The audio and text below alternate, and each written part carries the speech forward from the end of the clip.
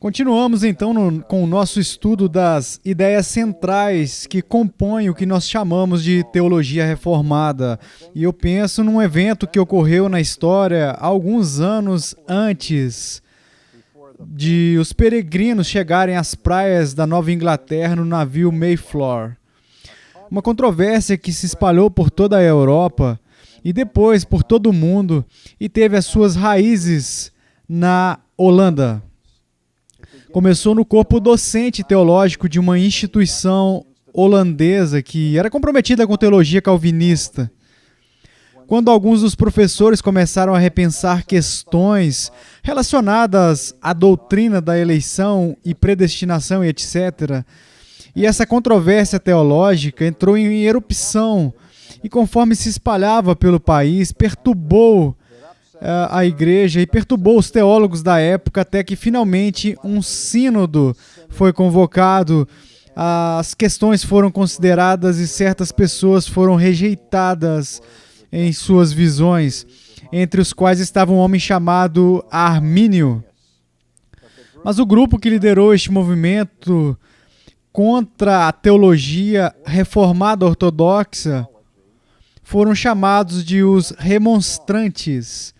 E foram chamados assim porque estavam remonstrando ou protestando contra certas doutrinas dentro de sua própria herança teológica. E havia basicamente 5 doutrinas que eram o centro da controvérsia. E o que aconteceu como resultado de tal debate foi que estas 5 questões teológicas centrais ficaram conhecidas nas gerações seguintes como os 5 pontos do calvinismo. E são conhecidos pelo acróstico muito popular TULIP, T-U-L-I-P, que é uma maneira bastante inteligente de resumir os 5 artigos de tal disputa. E eu menciono esse evento histórico por esta razão. Como temos dito até aqui, seria um erro sério entender a essência da teologia reformada simplesmente à luz destas 5 doutrinas, pois a fé reformada ela envolve muitíssimos outros elementos da confissão teológica e eclesiológica. Mas esses são os 5 pontos controversos da teologia reformada, e são aqueles que são popularmente vistos como sendo característicos destas confissões em especial. Então, gastaremos algum tempo olhando para os 5 pontos do calvinismo, como são explicitados neste acróstico. E lembramos que este acróstico TULIP usa as primeiras letras das 5 diferentes doutrinas em inglês, e a primeira é depravação total. E a segunda é a eleição incondicional. O L significa expiação limitada. O I é para graça irresistível. E o P para perseverança dos santos. E quando eu palestrei sobre essas doutrinas no passado, eu afirmei 1 ou 2 objeções a estes subtítulos definindo as doutrinas, pois muitos, se não todos, são um tanto enganosos. Mas eles cabem tão bem neste acróstico que as pessoas insistem em usar essas abreviações para definir os 5 pontos. Então, o que faremos hoje é começar com uma breve visão geral do T do TULIP, que significa depravação total. Eu me lembro de que há muitos anos atrás eu estava lecionando teologia numa faculdade e os alunos matriculados nessa faculdade não vinham de um contexto reformado e estávamos trabalhando várias doutrinas. E eu cheguei à doutrina da depravação total. E eu fiz uma exposição em cerca de 1 semana de aulas. E no final desse período, Eu perguntei aos alunos se eles estavam persuadidos de que esta era de fato a visão bíblica da pecaminosidade humana. E todos na sala levantaram suas mãos e indicaram que sim, estavam convencidos de que esta era a visão bíblica correta. Eu perguntei, tem certeza? E eles disseram sim, certeza absoluta. Então eu fui ao quadro negro no lado esquerdo superior e escrevi o número de estudantes. Eram 28 estudantes. Fiz um quadro em volta e escrevi ao lado pedindo ao zelador, por favor, não apague. E eu fiz aquilo por uma razão, eles estavam todos comprometidos. E começamos na semana seguinte com o eleição incondicional. E houve um levante de protestos dos alunos que se rebelaram contra tal doutrina e eles não gostaram dela nem um pouco. E quando eu comecei a pressioná-los na doutrina, eu disse, vocês têm certeza de que ainda querem concordar com a depravação total, como fizeram semana passada? E tive de ir apagando um por um o número de alunos na esquerda do quadro negro. Eu contei isso por esta razão. Há um sentido em que, se uma pessoa ela realmente abraça o que nós chamamos de doutrina da depravação total, os outros 4 pontos nesse sistema de 5 pontos meio que se alinham, se tornando assim um resultado ou corolário do primeiro ponto. Então vamos tomar um tempo para olhar para ele. A situação histórica em que esta doutrina se tornou pela primeira vez uma questão de grande importância e de grande discussão foi no início da história da igreja, durante o ministério de ensino de Santo Agostinho. Eu estou certo de que vocês ouviram um pouco a respeito da chamada controvérsia pelagiana no fim do IV século, início do V século, que começou quando um monge britânico chamado Pelágio protestou contra uma afirmação que estava numa oração escrita de Agostinho. Nessa oração, Agostinho fez um comentário diante de Deus. Ele disse, ó Deus, ordena o que desejas e concede o que ordenastes. Direi mais uma vez, ordena o que desejas e concede o que ordenastes. E, é claro, Pelágio teve uma apoplexia por causa dessa oração. A razão para o seu descontentamento não era a primeira parte da oração, onde Agostinho diz, ó Deus, ordena o que desejas. Sendo Pelágio um monge devoto, certamente ele concordava com Agostinho que Deus tem todo o direito de exercer sua autoridade sobre as criaturas e de ordenar o que lhe for agradável. Mas o que perturbou Pelágio foi a segunda parte da oração, onde Agostinho pediu a Deus que concedesse o que havia ordenado. Porque Pelágio dizia que isso assumia que a criatura, de alguma maneira, não era moralmente capaz de fazer a vontade de Deus. Então, isso criou uma longa controvérsia que, francamente, continua até hoje. E continuamos a ter discussões sobre o pelagianismo ou semi-pelagianismo, agostinianismo e etc. De fato, acabo de terminar, assim, de escrever um livro sobre todo o desenvolvimento histórico dessa controvérsia, desde Pelágio até a semana passada. E então eu vou entrar nesse assunto com muitos detalhes depois. Eu espero que tenhamos um curso separado apenas sobre essa questão. Mas para uma introdução e visão geral, a questão tem a ver com o assunto do pecado original. E a doutrina da depravação total reflete o ponto de vista reformado do pecado original. Agora, este termo pecado original é frequentemente mal compreendido na arena popular. Algumas pessoas apenas assumem que o termo pecado original deve se referir ao primeiro pecado, O original, aquele que todos nós copiamos e de muitas maneiras diferentes em nossas próprias vidas. Isso é o primeiro pecado de Adão e Eva. Mas não é a isso que se refere historicamente na igreja a doutrina do pecado original. Mas a doutrina do pecado original define as consequências daquele primeiro pecado sobre a raça humana. E virtualmente toda a igreja, historicamente, que tem um credo ou uma confissão, concordou que algo muito sério aconteceu com a raça humana, como resultado do primeiro pecado. Que o primeiro pecado produziu o pecado original. Ou seja, como resultado do pecado de Adão e Eva, toda a raça humana caiu.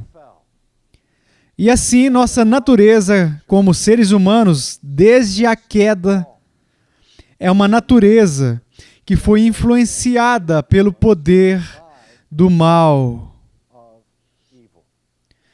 Como Davi declarou no Antigo Testamento, ó Deus, em pecado nasci, em pecado me concebeu a minha mãe.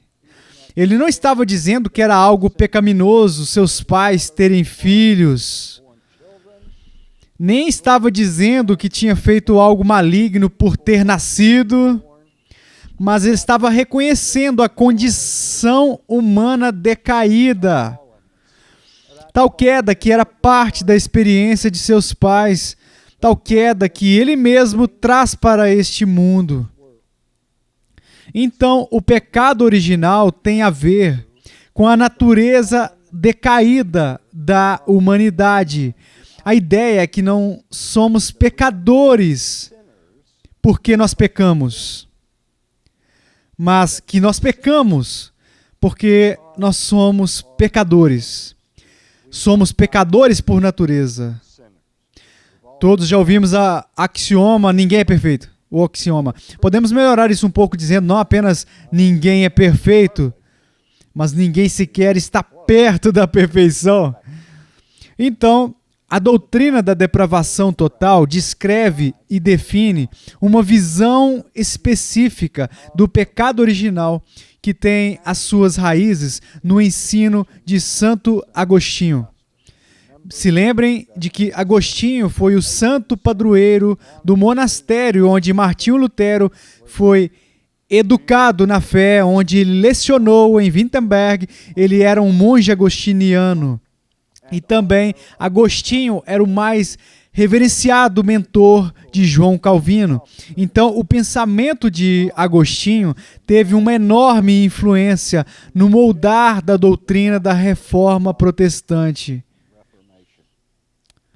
Agora, o que a depravação total não significa na tradição reformada é o que nós chamamos de depravação absoluta. Depravação absoluta. Nós frequentemente usamos o termo total como sinônimo para absoluto ou para completude.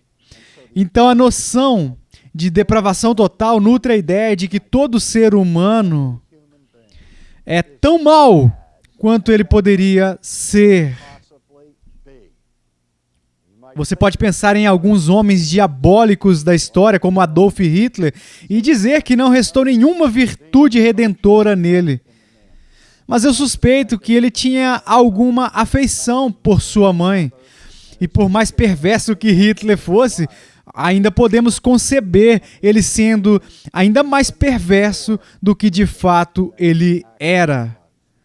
Então, a ideia da depravação total não significa que todo ser humano é tão perverso quanto poderia ser, mas significa que a queda é tão séria que ela afeta a pessoa inteira.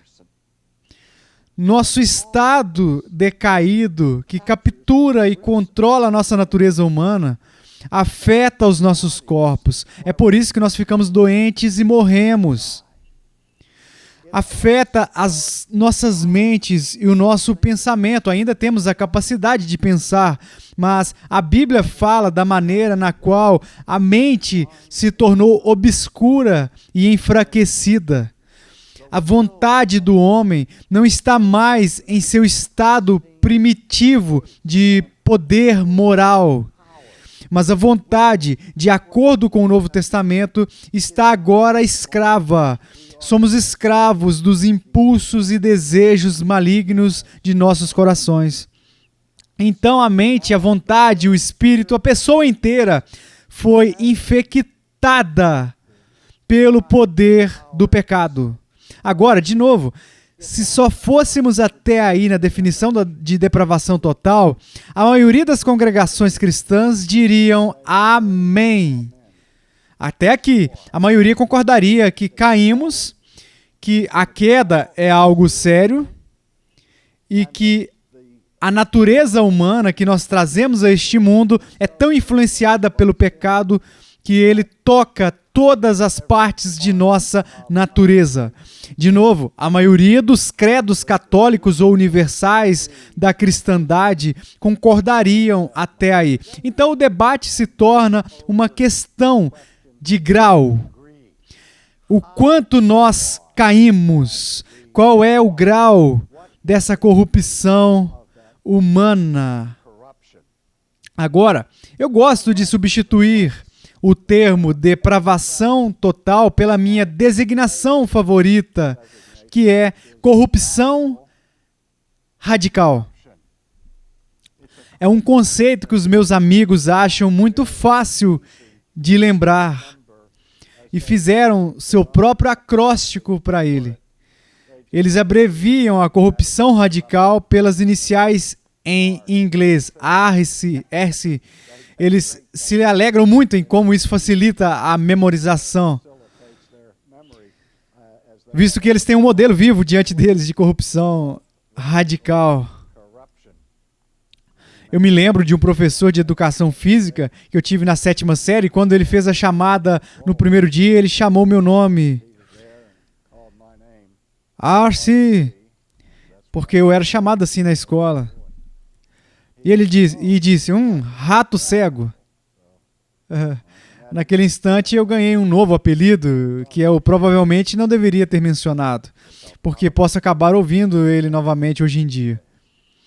Mas o motivo pelo qual usamos este termo, embora ele arruine completamente nosso jardim de tulipes aqui, o tulipe agora se torna rulip e ninguém vai se lembrar disso.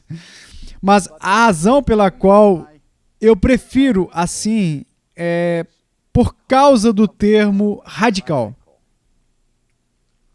Agora, de novo, esta é outra daquelas palavras que usamos de várias maneiras na nossa cultura, particularmente na área política, quando dizemos que alguém está na esquerda radical ou na direita radical e etc.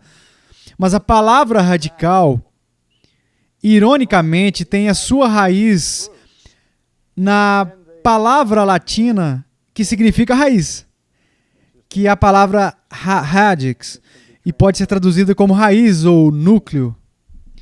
E a ideia do termo radical é algo que permeia até o núcleo de alguma coisa. Não é algo que é tangencial ou superficial, a saber, repousando na superfície, mas penetra no núcleo da coisa. Uma recente pesquisa sobre evangélicos professos, a maioria arrasadora de pessoas que responderam certas questões nessa pesquisa indicaram que concordavam com a afirmação de que o homem é basicamente bom. Normalmente essa frase basicamente bom significa que a base ou a essência da humanidade ou o núcleo de uma pessoa é bom. E embora reconheçamos que ninguém é perfeito, e todos são pecadores, e todos somos marcados, defeituosos em várias imperfeições, o problema com o pecado, na ideia de que o homem é basicamente bom, é que o pecado, então, é visto como acidental na natureza humana. E isto, é claro, era parte da visão otimista da humanidade, que é essencial ao humanismo histórico. O humanista reconhece que há problemas, mas que basicamente o que nós precisamos é de mais educação, mais ajuda do governo, e vamos melhorar cada vez mais e apagar esses defeitos na superfície que produzem o crime e outras formas de perversidade. E pareceu para mim, quando ouvi essa pesquisa, que talvez o que esteja acontecendo é que aqueles que são evangélicos professos estão tomando o seu conceito da natureza básica da humanidade caída a partir da cultura, ao invés da visão bíblica histórica. A visão reformada diz que a queda se estende e penetra até o núcleo. A palavra usada para núcleo é uma tradução para a palavra latina cor, que significa coração. Ou seja, a ideia de que o nosso pecado é algo que vem de nossos corações. Em termos bíblicos, isso significa que é o centro de nossa existência. Então, o que é necessário para que sejamos conformados à imagem de Cristo não é simplesmente alguns pequenos ajustes ou modificações comportamentais, mas nada menos do que renovação a partir de dentro. Nada menos do que regeneração. Ser novamente criado. Ser estimulado pelo poder do Espírito. Então, vemos que a única maneira pela qual uma pessoa pode escapar dessa situação radical é quando o Espírito Santo muda o núcleo, muda o coração. E até mesmo essa mudança não vence instantaneamente o pecado. A eliminação completa do pecado aguarda a nossa glorificação no céu. Observarei mais alguns aspectos dessa doutrina na próxima sessão.